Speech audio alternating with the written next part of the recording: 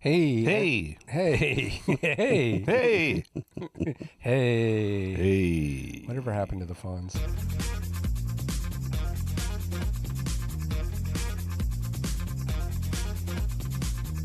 This is the AT Banter podcast, a balanced and entertaining look at assistive technology, accessibility, and its importance in people's lives. Join Rob Minot, Ryan Fleury, and Steve Barclay as they banter with people around the world about anything and everything regarding assistive technology and the disability community. Now, on with the show.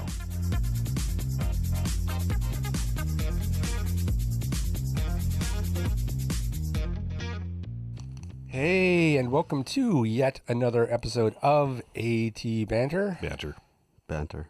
Nice teamwork, fellas. You think you guys are working together or something? You betcha. Should we open the show with that? Should we make the big announcement? I guess we can make that big announcement. All right, well, I'm just going to step away, and one of you professionals can take the mic and make the announcement. One is the loneliest number that you'll ever see. So, yeah, Canadian Assistive Technologies, which has been a one-man band so far for the last 10 months, has hired its first, well, not first employee. I guess I was the first employee technically, but it's hired help. And the hired help is Ryan Fleury. Yay! Say something about yourself, Ryan. Hi, I'm Ryan Fleury. I'm the second employee of Canadian Assistive Technologies. Woo! Yay! Yeah, Did he give you a title? What's your title? Grunt. Yeah, I keep referring to him as technical support specialist, but we'll have to come up with something a little more creative than that, I think. Maybe. Yeah. So I don't know. What are you going to be doing? I will be doing sales, technical support, regular customer service, kind of like I did in the old days at the old company. Wow. Well, Congratulations, sir. Thank you very much. You're buying lunch. Not till I get my first check. Might want to wait till the 15th before you hit him up on that one. Damn. Let's make sure that check clears. It won't. Yeah. That'll be the subject of the first staff meeting. About that paycheck. It bounced and it hasn't come back down yet. That's right. Exciting times. Excellent. Well, that begs the question. What the hell are you doing here and not at work? Pal? I'm at work here in my office. Oh, I see. Yeah, this is distributed technology company. It's all virtual. I That's see. right. Yeah. Yep. And this podcast is brought to you by CanAsTech. That's Whoa, true. look at that. Oh, wow. Getting the plugs in Yeah, immediately. plug, We're not even 5 minutes in and he's got the first plug in. It's got a real sense of ownership going That's on here. right. Huh? What's the website, Ryan? www.canastech.com. Oh, wow. Look at that. Mm-hmm. Keener. Raring to go. Yeah, excellent. Still doing breakfast on Friday. Yeah. No. No. I'm not that's giving you over. the time off for that. That's on your own time. That's for unemployed bums only. Sorry. All right. Now, are you going to have a local? Is that Yes. is that how it's going to work? Yeah. Yeah, Steve can explain that. Well, we can talk about it now, or we can wait until it's actually all set up. But by Friday when we post it. Yeah, so basically the way it works is I have a system called Rogers Unison, and Unison sets up a virtual switchboard for you, and you can set up call trees for it. So right now, option 1 is sales, option 2 is technical support, option 3 is administration. And if you press 1, 2, or 3, they all ring through to my phone. Okay, great. So what I'll be doing for technical support, Ryan's phone will become the primary. It'll direct to Ryan's phone, and then I will become the secondary number on that. So if Ryan can't pick up that number, I'll pick up the number when it rings through to me. And we'll have the reverse on the sales side. So if I'm on the phone dealing with the sales call, it'll ring through to Ryan. Nice. So yeah, so you just set up your trees like that. So it's all going to be the same number. Yeah, So, it'll all come all right. through the same number. Yeah, and that number is Ryan. 604. No. Well, the local number. Oh, the local Yeah, number. he's doing the local number. Okay, local I'm sorry. number. I'm sorry. Okay, go ahead. 604-367-9480. Look at that. Okay, toll free? I don't have that yet. Oh, snap. Wow. 1-866. No, 844. 844. Oh. Something. 9480. Yeah, I think you know what? I'd have to look it up I too. think I have to admit, whenever I'm doing stuff on the website, I have to look it up every time too. I 'cause haven't memorized 800. it took me 2 years to remember Aroga's toll-free number. So,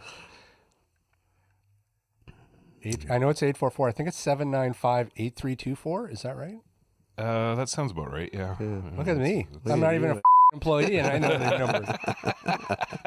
The last 4 digits spell tech. That's all I know. Well, that's 8324. The toll-free number is 1-844-795-8324. Look at that. Good job. Yeah. Yeah. Fabu. Bring excellent. those phones. Bring those phones. Yeah. Papa needs a new pair of shoes. That's right. Well, so anyone has any technical support, problems, questions, call Ryan. He'd love to talk to you. Well, not anyone. No, anyone. Not just anyone, folks. Anyone, anything. If you just want to talk, call Ryan. Got a problem? Call Ryan. That's right. Sure. Hey, a couple things in the news that I noticed. Did you guys get that link that I sent you about the Hex Hog? Yes. Haven't read it yet. Yes. Oh, it is. This is cool. want one. We got to get these guys on the show. It's a all-terrain wheelchair. It's the coolest looking thing you've ever seen. Yeah, it's got like 6 wheels on it. Oh, is that right? Yeah. 3 sets of 2. And Yeah. it's fully battery powered, charges in like 2 hours. Well, Yeah, it looks really cool. Yeah. It's pretty gnarly looking. The other thing that I noticed is that on the Google store, the Google Home and the Google Home Mini have been reduced back down to their Black Friday price points. I saw something that Best Buy in the States was actually buy one, get a second one free. Oh, is that right? Yeah.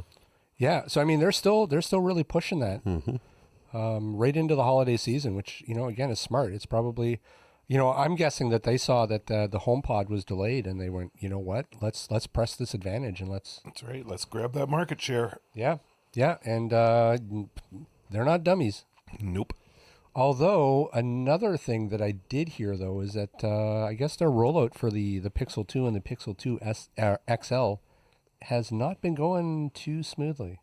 Really? Yeah, there's been a lot of bugs popping up that they're sort of trying to address. The same thing for the Google Home Mini. Actually, there was an article that I read about how that there's a bug that the unit will reboot if you turn it up too loud.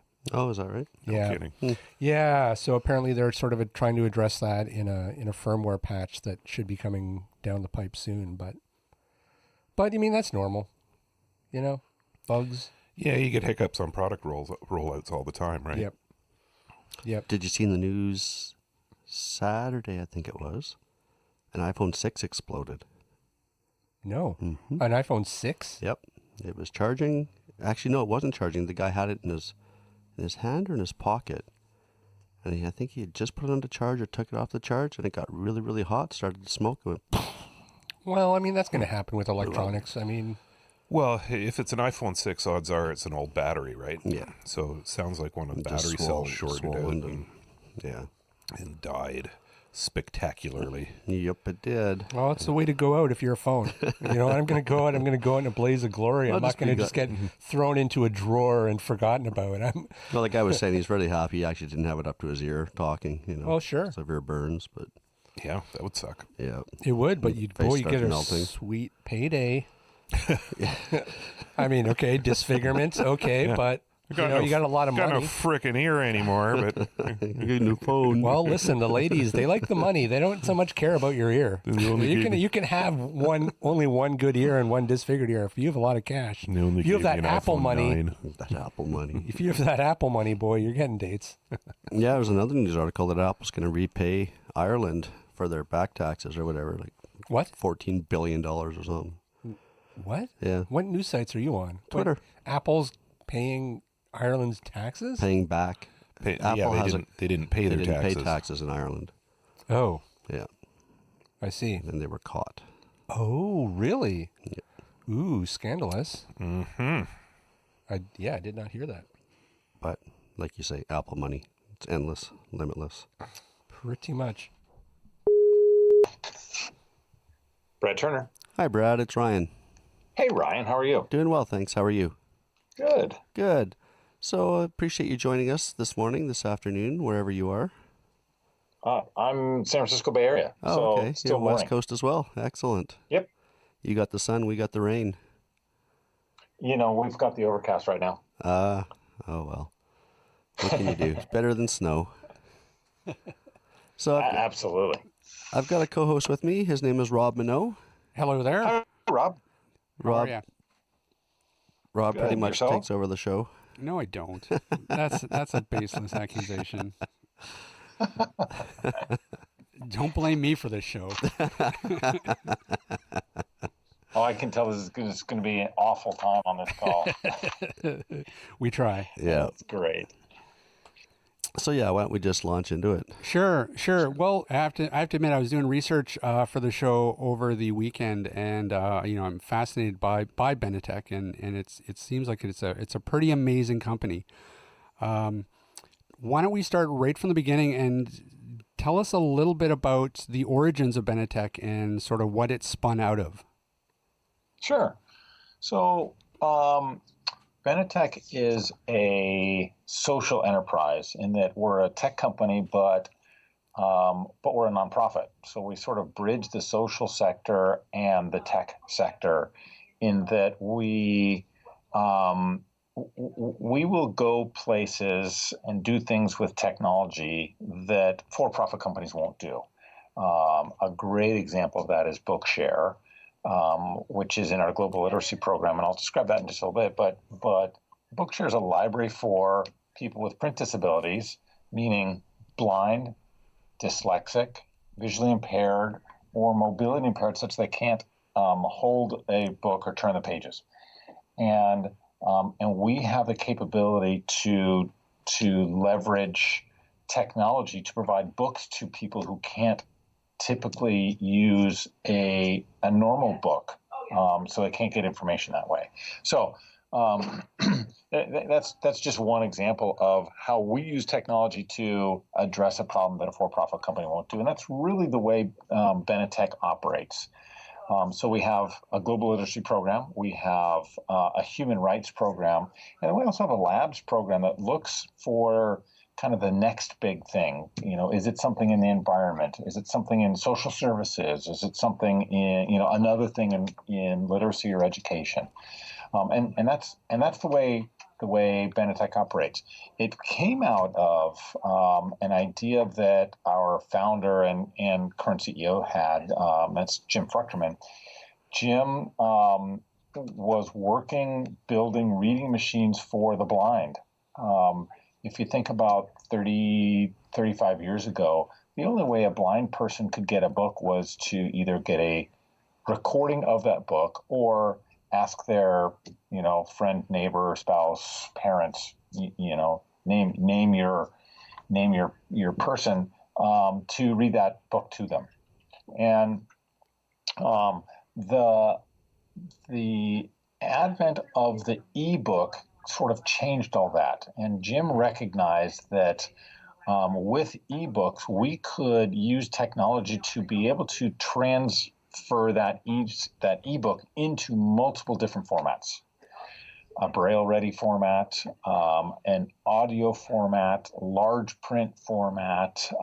So lots of different types of formats that would help people with different types of disabilities. Because of his work in the blind community, building reading machines for them, which were basically an optical character recognition engine, which would, you could try and read a page. We then started having the blind community who would scan their books and then go through and proof that book. And so they had a clean copy of it, because the scans aren't always accurate. So you scan it, then you read through it. Somebody reads through it for you, makes the corrections, and now you have a clean scanned copy. We provided a database for them to be able to donate those books and share them. and then started working with publishers to have publishers start to donate those books as well. And so that collection has grown. Benetech came out of that effort, which was, let's start with this problem that we want to solve. Let's apply technology to it, and then we started looking at other things like human rights, which was our second program, and the environment. And we actually built a resource planning application for environmental nonprofit organizations and spun that out, and that's still a running application, but it's not something we need to contribute to anymore. And so now we're using resources to see what the next thing is. So that's sort of the background of and kind of the fabric of Benetech. Yeah, I found it fascinating, the idea that because previously Benetech used to be a company called Arkenstone, right? Arkenstone was sort of the seed capital for Benetech, if you will. Arkenstone was the reading machine system, and somebody purchased that, and Jim was able to take that money to start Benetech. Right. Which I don't know, I found fascinating. It was like, and on the one hand, you're taking a technology and you're selling it to a for-profit company, but then you're taking that seed money and you're building something that has many other arms and can do a lot more good than just one road. Absolutely. And that's, again, that's the kind of the difference that we bring to the nonprofit world, is that really at our heart, we're a tech company. And so we see what things we can leverage technology for to help underserved communities. So on the topic of Bookshare, I think we should start there because it is so well known. But for our listeners who may not have heard of Bookshare, who is Bookshare for, and is it available globally? Yeah, so Bookshare is the world's largest library for people with disabilities that prevent them from using a traditional book. We call those print disabilities, but I always find that I have to describe that. So a print disability is, of course, someone who's blind, can't see a traditional book. Low vision, you might be able to see it, but it's very difficult to read. Dyslexic or other learning disability.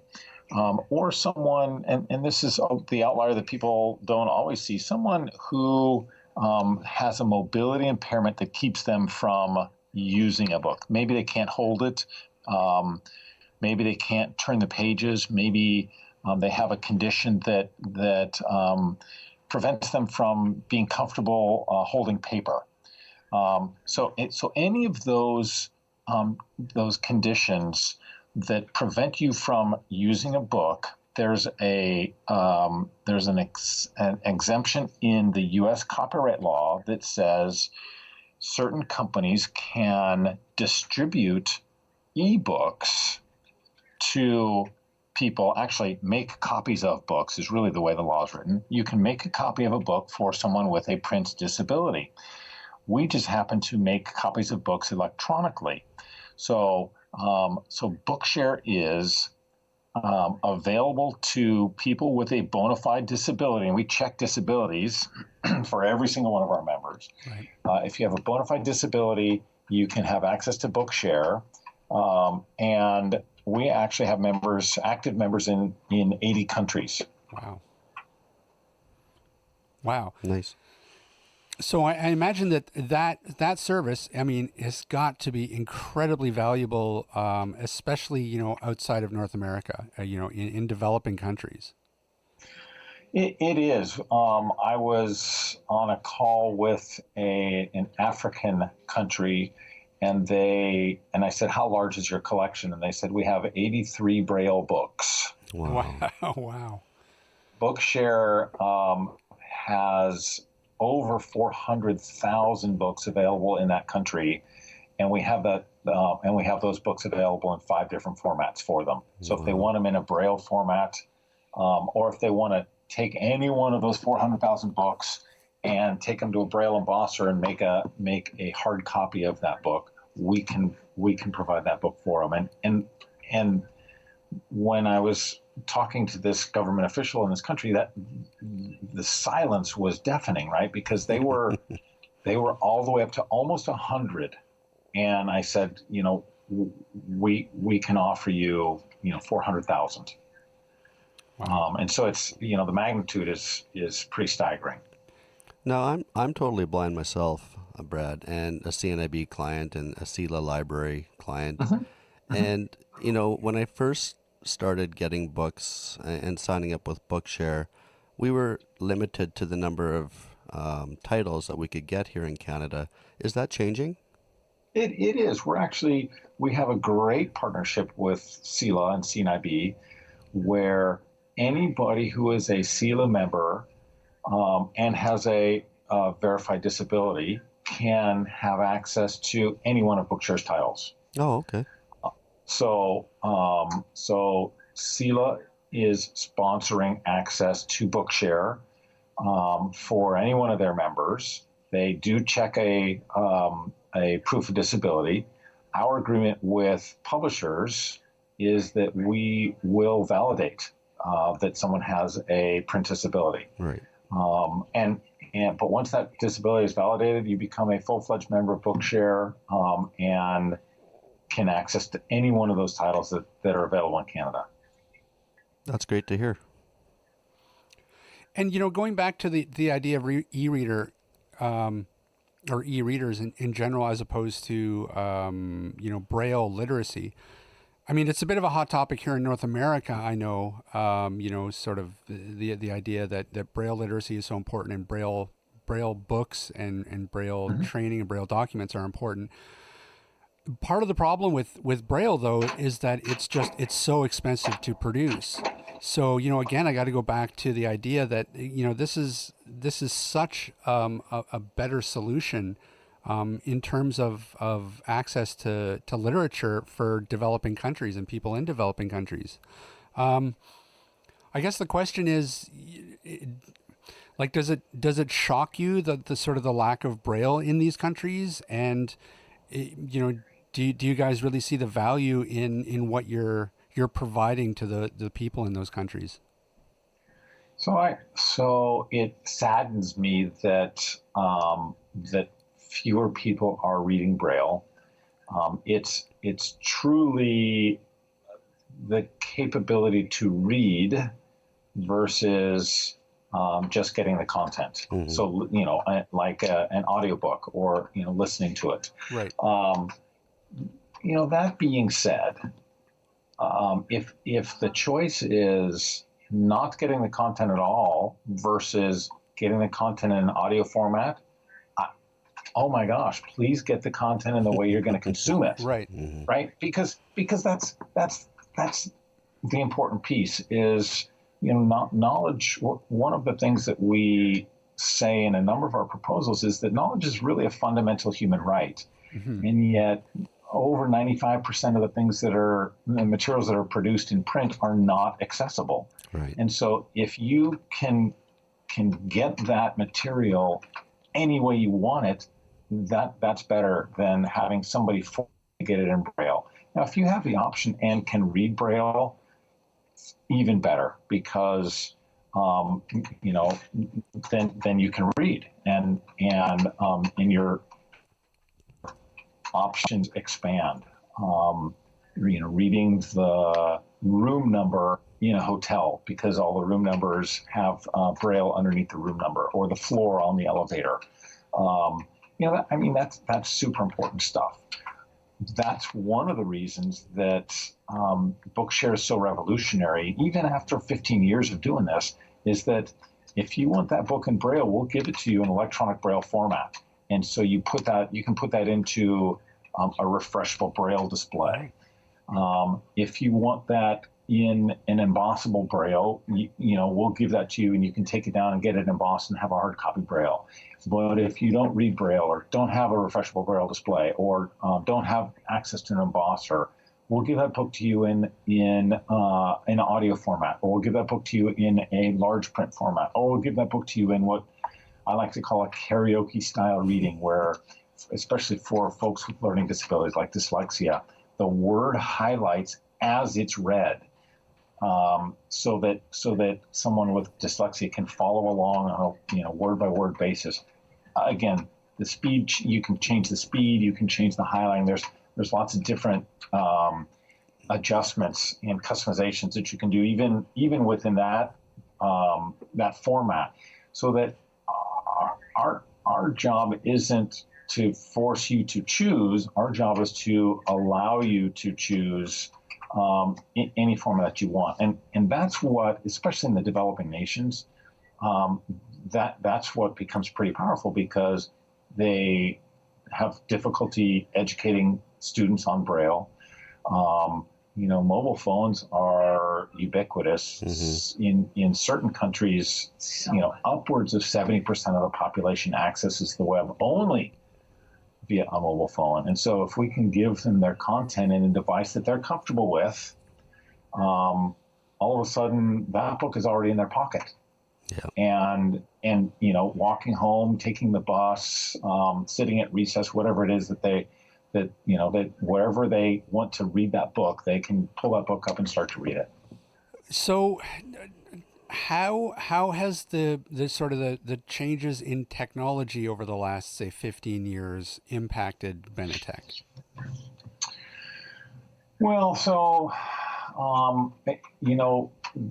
they've made the formats better. Specifically, the text-to-speech technology has gotten so much better over the last 15 years. My car has a text-to-speech engine to give me directions, right? And it's 3-4 years old. Even in the last 3 or 4 years, the text-to-speech engines like Siri or the Google Voice are really, really getting good. And so that becomes much more natural than robotic when you're reading. And so every single one of our books is synthetic speech. That's how we added 103,000 titles to the library last year. Wow. If you're doing human narration, you're adding somewhere between 1 and maybe up to 3,000 titles a year, and we added 103,000. Wow. Now, people say, "Oh, but it's all computer talking, right? It's all synthetic speech." I said, "Yes, but when's the last time you really listened to the synthetic speech voices? Because there's 50 of them out there, and some of them are very, very good." So that's one of the ways technology has changed fairly dramatically and affected the service. Ebooks are getting better. There's much more standards and alignment around ebooks, and so we can, as evidenced by what we did last year, we can bring more books in faster with sort of cleaner conversions to different formats. When we were getting books in a lot of different, even though they were, quote, adhering to the standard was a little up in the air, and so we would really struggle to put books into the collection that were consistent. And now that standard is a much tighter definition. And so publishers are starting to adhere much better to that standard, because now it's set in stone and evolving, and so they can evolve with it. And so the books get cleaner. And so over 90% of our books are straight from publishers, publisher quality. If you find a typo in it, it's not that it was introduced by a conversion process, it's that it was never cleaned up by the publisher themselves. So you're going to find that same typo in a print book. Technology has really helped us drive more books in a better, more accessible format, and then get them faster, right? The advent of the web. And the uptake of that web in developing nations especially has been such a great thing, because now all of a sudden, hundreds of millions of people, billions of people can access the books as long as they qualify. And there's 350 million probably, not a firm number, but somewhere between 5 and 10% of the population suffers from print disability. There's 7 billion people on the planet. It's 350 million people who should have access to a technology like Bookshare. So tell us a little bit more about, because Bookshare is only one arm of Benetech, and tell us a little bit about some of the other arms and what else you guys are up to. No, that's a great question. So one of the other things that we do is we manage a group called the Diagram Center, and I'm gonna use Bookshare as an example here. I mentioned that 25 years ago, the only way to get a book was either on a tape that somebody had narrated or have your friend read you the book, and then we got to ebooks, and so now. Harry Potter is pretty straightforward. I'm not going to say it's easy, but it's pretty straightforward. It's got chapter titles, it's got page numbers, it's got a table of contents, and your screen reader reads it.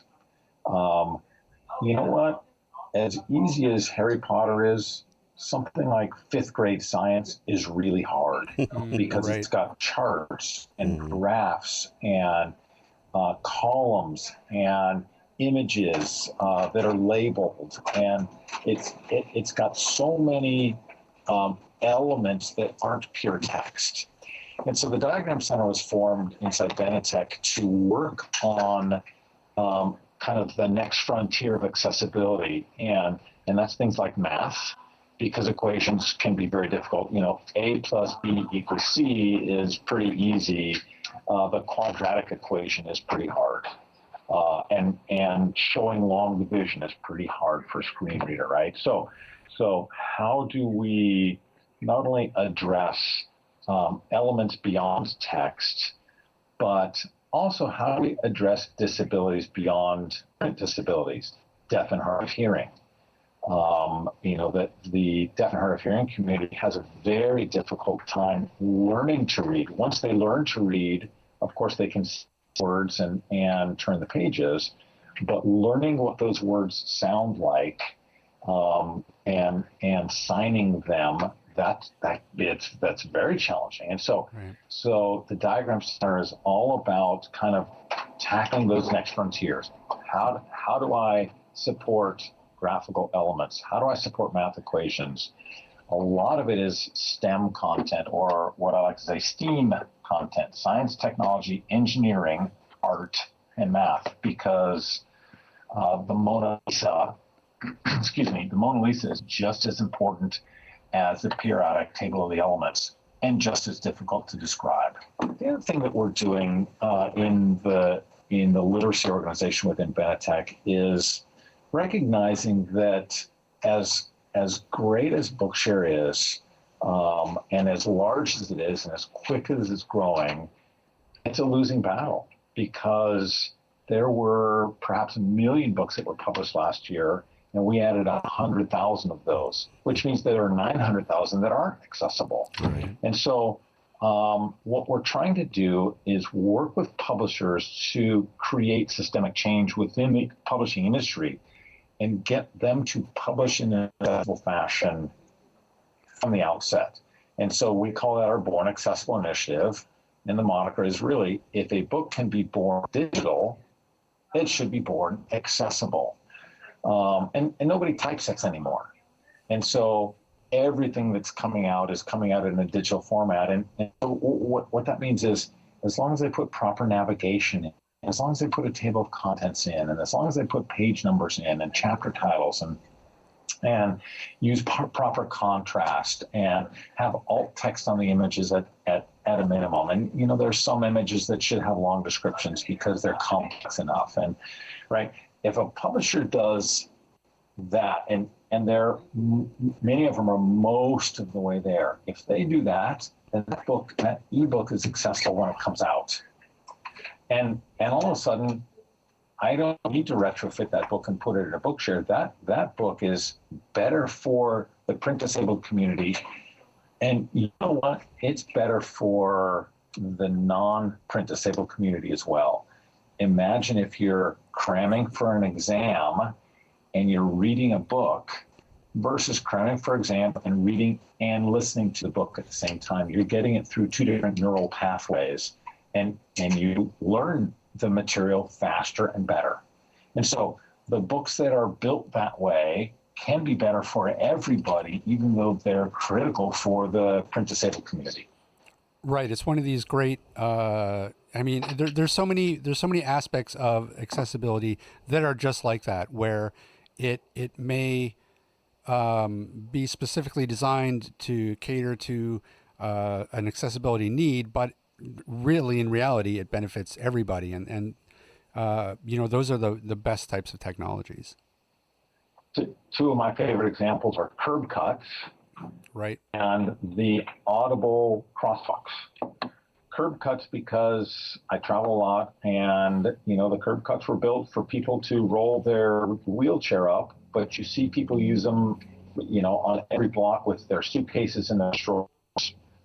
And the audible crosswalk signals, not because people can't see the sign. Of course, they put them in for the disabled community because they couldn't, but because people are staring at their phones. Yeah. And they'll just step out. But at least if it's audible, they wait until they hear it change and then they go. So both of those technologies were built to serve the disabled population, and yet the general population uses them all the time. Right. And same thing with this Born Accessible initiative. The books are better for the general population, even though they're built for people with disabilities. So I'm going to pose a couple questions at you. Have you Sure. considered the ability for people to listen to their Bookshare books through one of the digital speakers, like a Google Home or an Amazon Echo?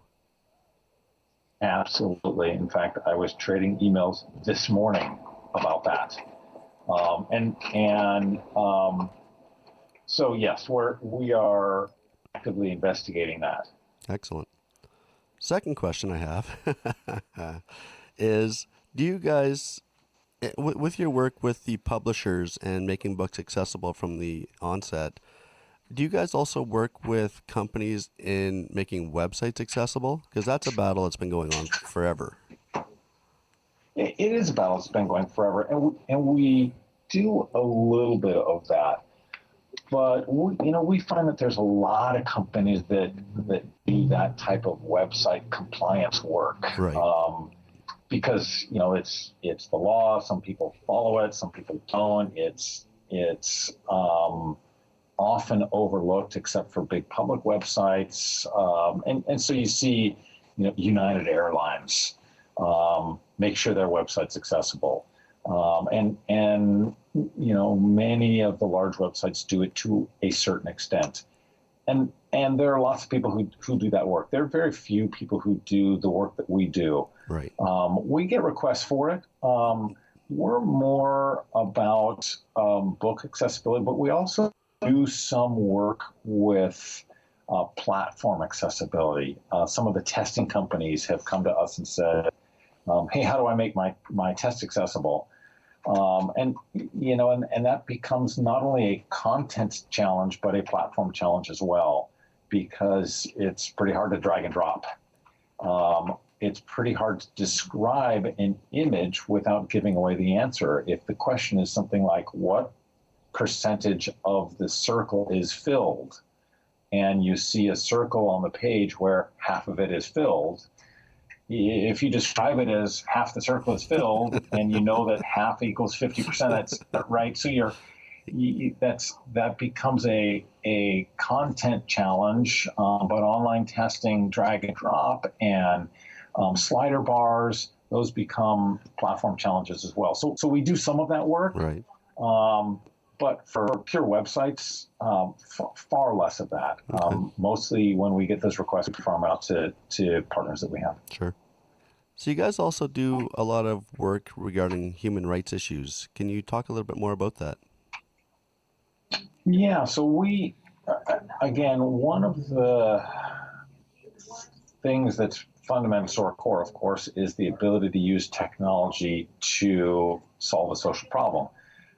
One of the things that we identified a number of years ago is that human rights defenders had a difficult time collecting information in a secure fashion and sharing that information with people who could do something about it. So if you're documenting anything from a social problem here in the United States to genocide in sub-Saharan Africa, collecting that information becomes a challenge, and then in some senses can be incredibly dangerous. Right. Where a perpetrator can get a tip that somebody's collecting information against them and come and do something terrible.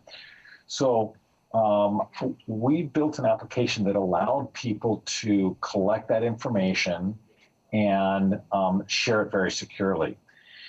Over the last few years, information collection has stopped being the problem because both of you, as well as I, as well as 95% of the people we come in contact with, carry information collection devices with them at all times. Right. And they get shared to this, little service called YouTube.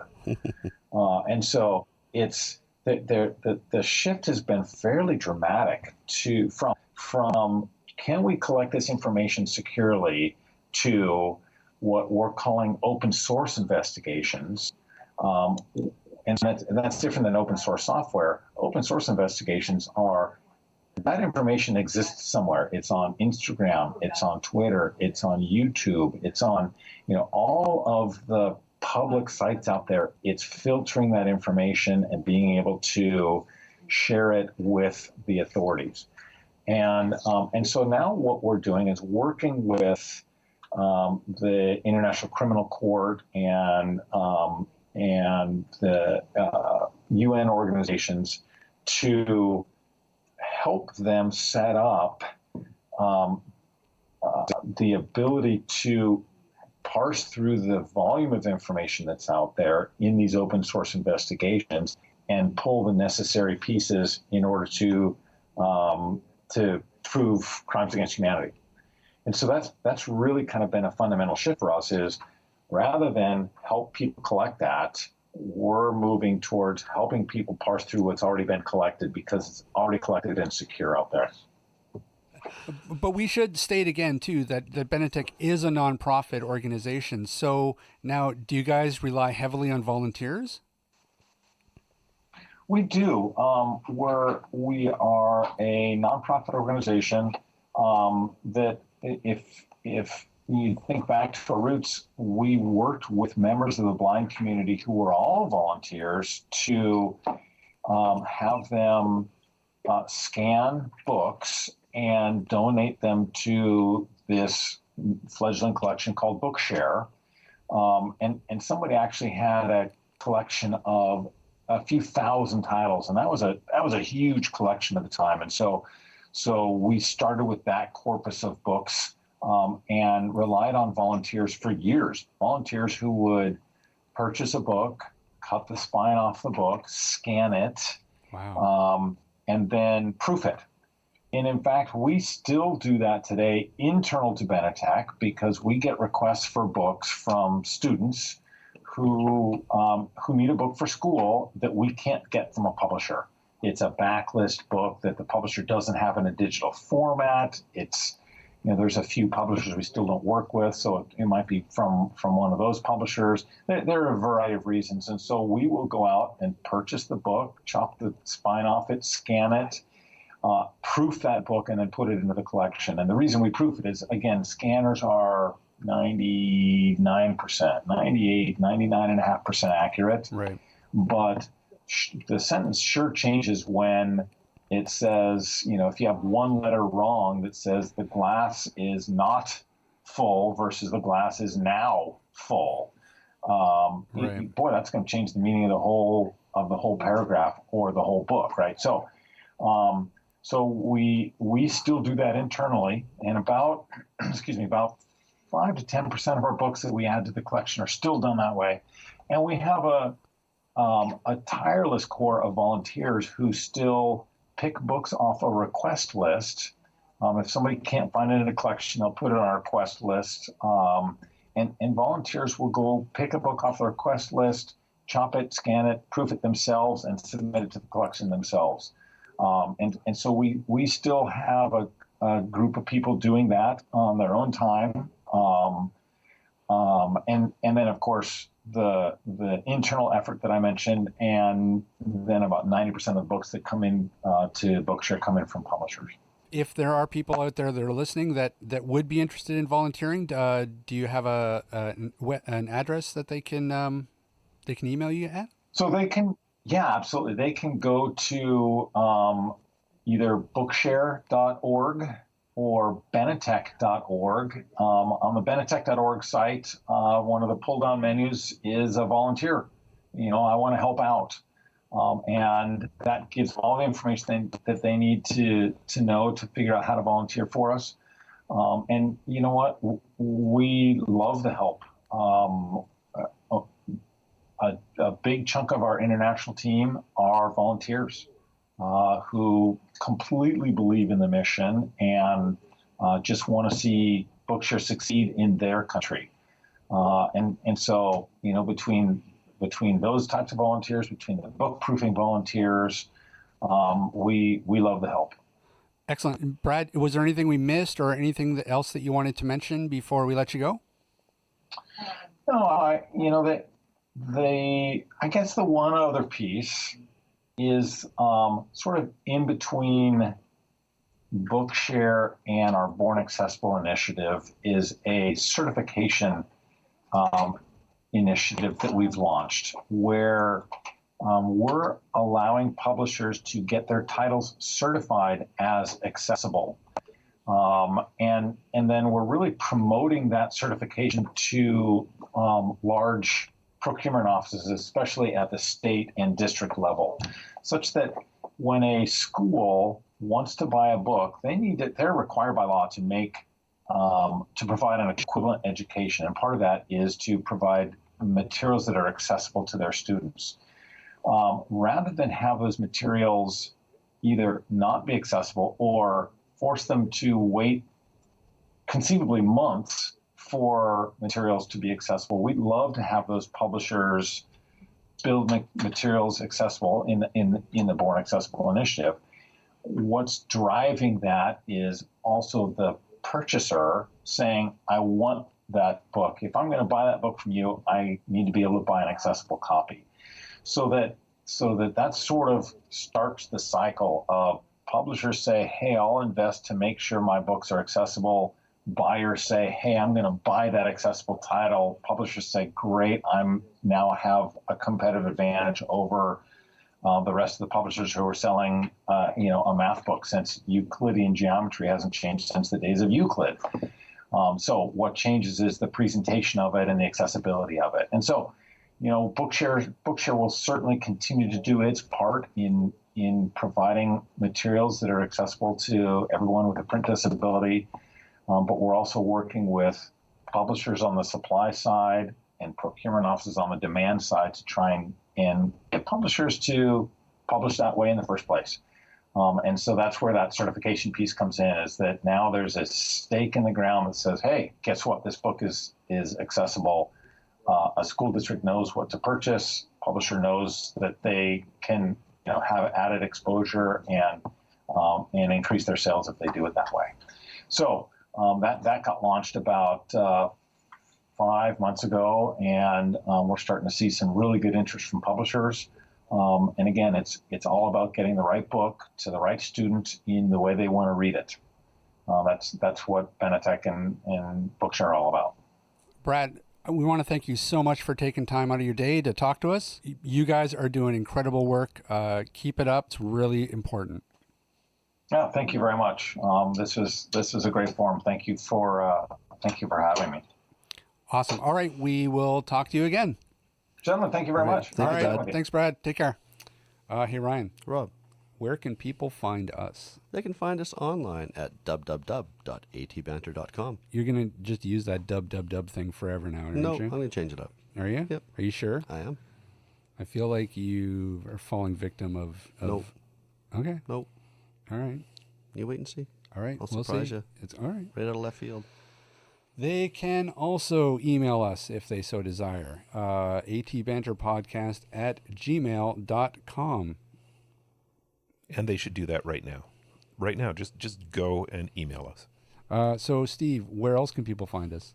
Well, they can find us on Twitter at @AT_banter. Or they can find us on the Facebookies at AT_banter, no underscore. And Steve. Well, you can find me at Steve at CanAssTech, that's CanAsstech.com.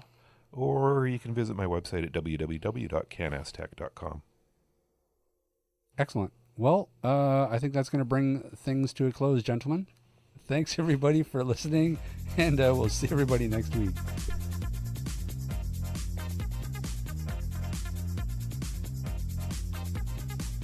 This podcast has been brought to you by Canadian Assistive Technology, providing low vision and blindness solutions across Canada.